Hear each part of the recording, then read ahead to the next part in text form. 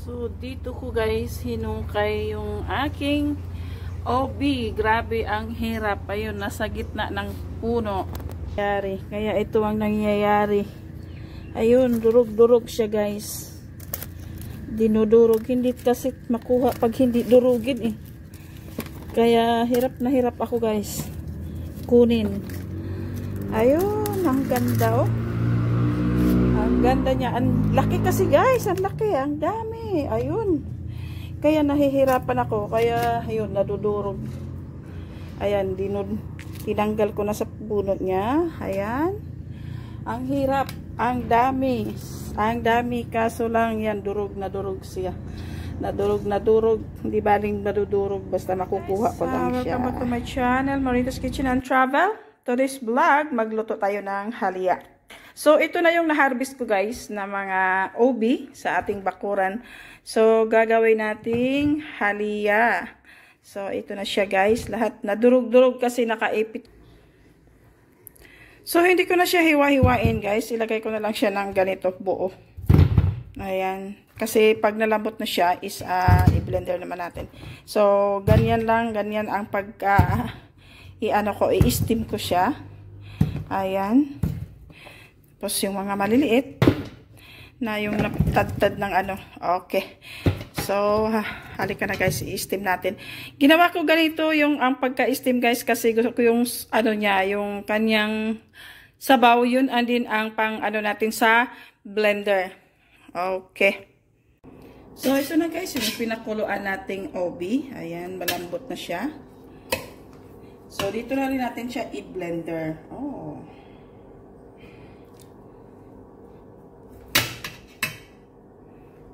Blend. Yun.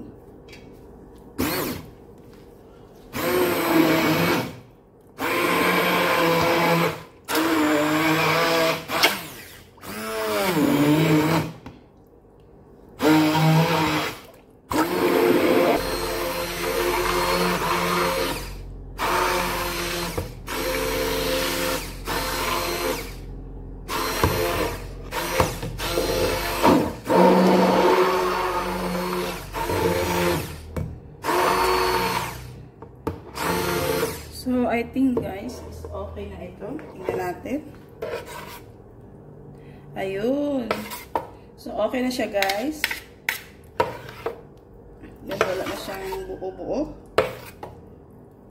So, ayan. Okay na siya.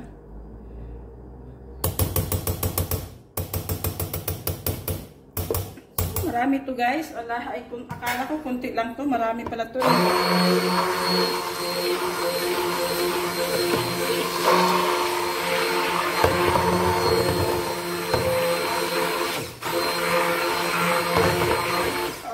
Okay. Ayan.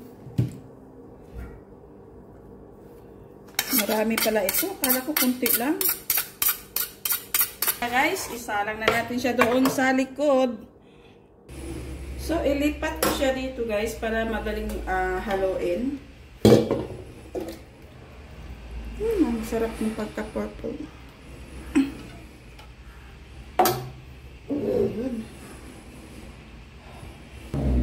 Ang ganda ng pagka-purple guys. Oh. Ano niya yan talaga? Yung tawag niyan? Natural. So, mag-add ako ng pork cream. Meron ako ditong isang ganito. Yan, isang ganito. Kalahati lang yung ilalagay ko. Then, coconut milk, 200 ml.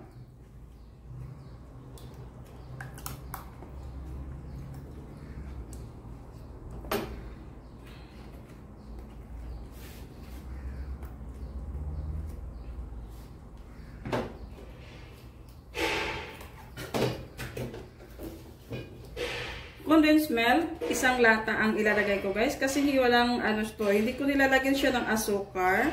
So, yung condensed milk ang ilalagay ko isang lata. Okay. Galing. Ang ganda ng pagka-purple. Hindi ko pa siya inilagay, hindi ko pa inon yung apoy, guys. Hahaluin ko muna siya bago ko siya ilalagay.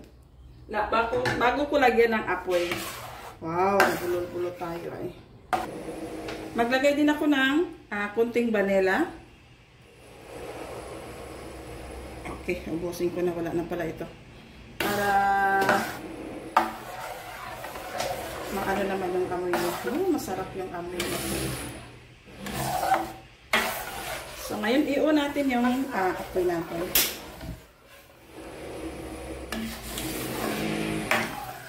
Maingay guys kasi yung kabilang kapitbahay ko ay nagre-renovate.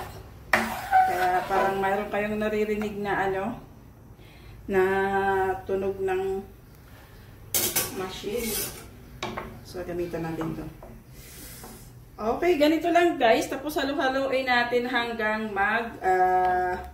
ma-achieve yung natin, gusto natin na mamaya, okay? So guys, kailangan talaga natin siyang halo-haloin kasi baka didikit yung sa ilalim at masusunog.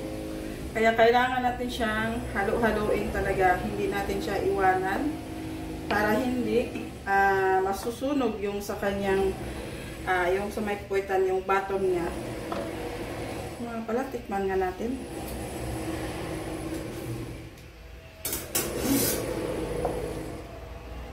So, kulang pa siya sa asukal, guys. So, mag-add ako ng asukal. Ayan, isa.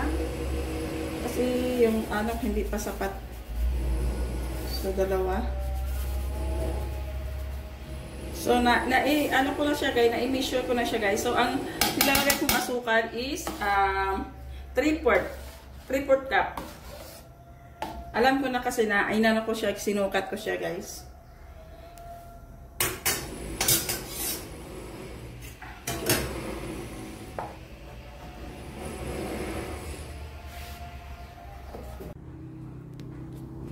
So, ayan na guys. Nag-reduce na yung ating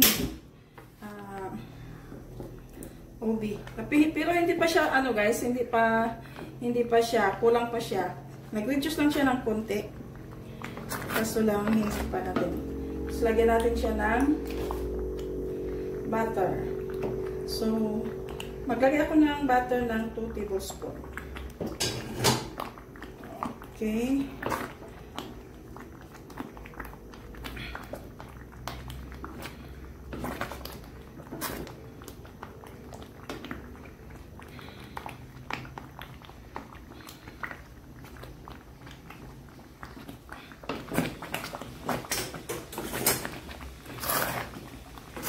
So, mahirap guys, magawa ng jam or halya kasi talagang hindi mo siya pwedeng iwanan. Kailangan mo talagang hanggang na ganito na siya, hindi ko iwan mula kanina.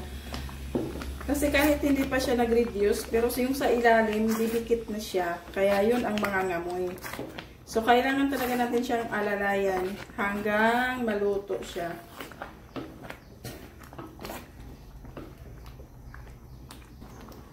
Kailangan lang talaga yung tiyaga. Pag gusto mong kumain ng jam, ubi jam, or halya, yan, talagang kailangan mo talagang magtiyatyaga. Isang oras. Ayun, matagal siya kasing Kasi hinalo ko kasi yung sabaw niya, guys. Actually, kung talagang magawa kayo at mabilis lang yung nasasayangan kasi ako sa sabaw niya. I-steam nyo na lang. I-steam sa kanyo durugin. Ayun, mabilis yun guys. Pero ito yung paraan ko yung ito. Iniba ko yung kasi sabi ko sayang naman yung sabaw.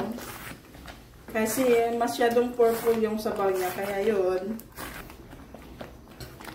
Ito, iba yung pagkagawa ko nito. Kaya titingnan ko kung anong resulta. Kasi noon, yung ko, diretso na yun, parang yan yung parang ginawa ko yung cake, yung OB cake na yun. Siya? Okay. Yan, tama na ito guys. Ayan. So, palamigin muna natin siya dito para ipasok natin siya sa isang container.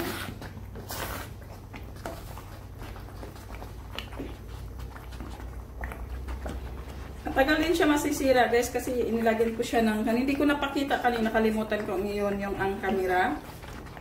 Ilagyan ko siya ng 1 tablespoon na na ganito na suka para hindi siya masira kaagad.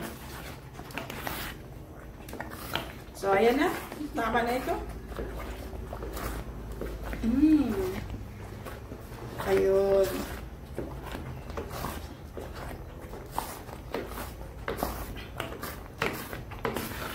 So hindi siya dumikit sa loob.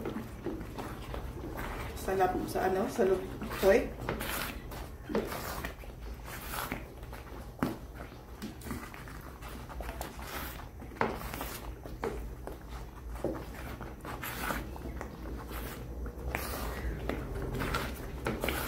Okay, so tama na to guys. So ito na guys, nakagawa tayo ng marami din pala eh. Ayun oh. 4 na container at saka isang punong-puno sa ng ice cream. So sana magustuhan nyo ang recipe kong ito at i-like, paki-subscribe. Paki-ring naman yung bell para updated po kayo sa mga susunod kong video at sa hindi pa nakapag-subscribe, please guys, paki-subscribe at paki-share nyo ang video ito. Thank you for watching and God bless. See you my next video.